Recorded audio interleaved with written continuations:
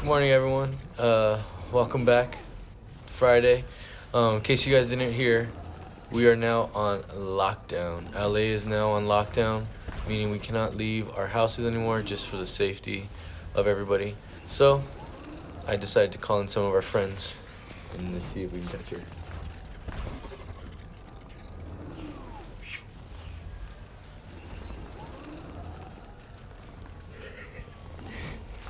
Yeah, that's right. Elastigirl's here to come and save us, just in case things get crazy. But yes, make sure we're still staying safe. Our health is the most important thing right now. But here we go.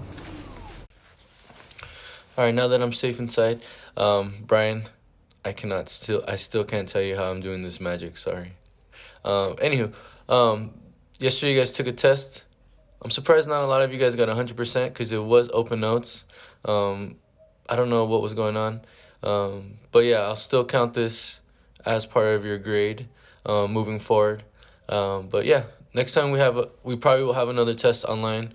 Make sure you just keep taking notes, download the notes. If it's better for you to write them down, then write them down. But yeah, next time we take a test, it will be open notes as well. But anywho, so today we're gonna start talking about something different. We're gonna get into the 1800s. We're moving right along, and we're gonna talk about the next president, and we're gonna talk about how Thomas Jefferson, his presidency, the 1800 presidency was kind of a controversy, and it caused a lot of problems, and we can still see that America still wasn't as strong as we all thought, but it did raise some concerns of what was going on, and this is the first time we actually have people arguing back and forth with each other, trying to get people on their sides, which is kind of cool. Nowadays we have like debates on TV, but back then they didn't have TVs like that, so everything was done through newspapers and through just supporters going out and pretty much rallying people to vote. So we'll talk about that today. Okay, so let's get started. So like I said before, we're gonna talk about Jefferson becoming the president. So John Adams had not been a very popular president, but many still admired his ability and his high principles. Both he and Thomas Jefferson had played major roles in winning independence and shaping the new government. Now political differences sharply divided two men and their supporters in the election of 1800. Voters were also very divided. So the election of 1800, this was one of the most highly contested elections because this is the first time, or the second time, that we had these two parties running against each other. It was just like the Lakers and the Clippers. Every single time they play, there's always a big battle because we have supporters for the Lakers and then we have supporters for the Clippers, the better LA team. But we always have these debates, and this one just got kind of out of hand with the voting and with everything, which we'll talk about in a little bit. So. For the Federalists, we had John Adams, who ran again for president, still having a cool hairdo, as you can see.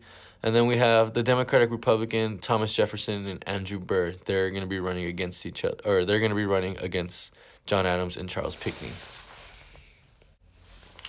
So this is kind of like their bio card. So if you can see John Adams and the Federalists, he was ruled by the wealthy class. They wanted a strong federal government. Remember, they wanted this government because they wanted them to protect the manufacturing and the trade with England. All emphasis on manufacturing and trading. They thought that they had loose interpretations of the Constitution, meaning that the Constitution was flexible and that we shouldn't really take it word for word and we can make some adjustments. And he really supported the British because the British were the ones that were trading with them, and he heavily relied on them. On the other hand, we had Thomas Jefferson, who was a democratic republic. He was ruled by the people. Remember, he's from the South. He thought that the people should be able to rule themselves, and the people knew what they should do. So instead of having a strong federal government, he wanted a strong state government to protect his people. He had an emphasis on agriculture, farming, people taking care of themselves, growing food for themselves, and everything would be like that. And he also thought that the Constitution needed to be strict interpretation. So whatever it said in the Constitution, that's what needed to be done. Thomas Jefferson, if you remember, during the American Revolution, he was very influenced and had really strong ties with the French. So he had a really big French alliance. So as you can see from these bios, that these two people were completely opposite, and pretty much they're ready to go and bump heads, just like kind of today's presidential election, how we have Bernie Sanders, we have Joe Biden, and they are complete opposites from President Trump. And with these differences causes a lot of chaos, causes a lot of arguments, and that's just how it plays out. You guys are seeing it, and this is exactly how this election was going to play out. So let's move on. So like I was saying, this election, this was the first election that people actually really got involved with politics because they saw what was going on with the XYZ, the Alien Sedition Acts, and they saw that things weren't going that well. So they started to have these arguments, and this was the first election where people started to go back and forth. People started to post things in the newspaper, post things in magazines supporting each other. Nowadays, we see this in commercials, how like Mike Bloomberg, for you, Gabriel, he put out all these different commercials supporting himself and maybe putting down other people. Today, we have the luxury of TV, debates, and commercials. Back then, all they had was newspapers, so that's how they did it. So the people that supported Adams, they were constantly saying bad things about Jefferson, saying that Jefferson was all about the French. He was in love with the French. If we vote for Jefferson, then the French Revolution, the chaos that's going on over there, is probably going to come to the States.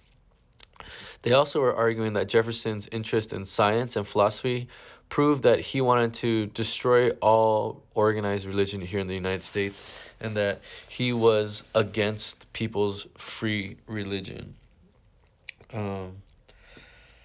On the other hand, we have Jefferson supporters who argue that Adams wanted to be a king. That's why he supports England. They kept saying, why do you think he put in the Alien and Sedition Acts? You think he just put them in to keep everyone in control? No, he did it because he wanted to make sure everyone was following the law and that nobody can say anything bad about him. So they said, if you vote for Adams, you're going to vote and bring a king back. They also argued against Adams that he was creating this really strong army and getting the army ready. And he was saying that if we create this army is going to come in and pretty much take away all the rights from the Americans. Just like how the British sent in the British troops during the American Revolution, he's going to do the same thing all over again. So once again, these people, the supporters, they started to argue and write cases against each other. Kind of like how we had our little town hall debate where we had opposite sides. This is exactly how it was. But remember, they didn't do it through TV or ads. They did it all through newspapers. In the end, Jefferson and Aaron Burr actually won the election. But the one thing that happened was they tied with 73 votes. And since they tied with 73 votes, the way it worked was the person that got the most votes would be president, the second person would be vice president. But since they were running together, they needed to have a distinct winner. And this caused a lot of problems because they kept revoting, revoting again. And finally, after the 36th time of revoting, that was the first time that it broke the tie. So 35 attempts of voting had a tie with a total number of votes of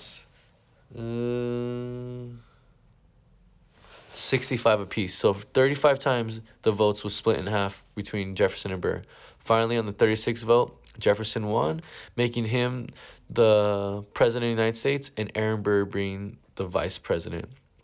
The reason that this election was so important was it was the first time another party replaced another power. So before we had the Federalists, John Adams, he was the president, and now we have Thomas Jefferson. So a different party was taking over.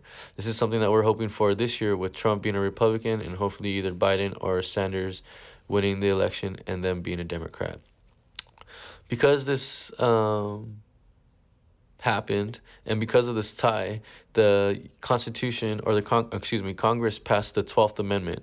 And this 12th Amendment was created, and it's still in place today. It's a separate ballot that people vote for the president and vice president. Because this election took so long to decide who the president was going to be, because they couldn't count the tallies, or they couldn't count the votes. They needed to make this amendment in order for the next election to be smooth, and so they don't have to run into this problem ever again. So as a quick review, the 1800 election, the reason why it was so important was this was the first time that two candidates actually started to go back and forth in battle and try to win people's votes by pretty much talking bad about each other through newspapers.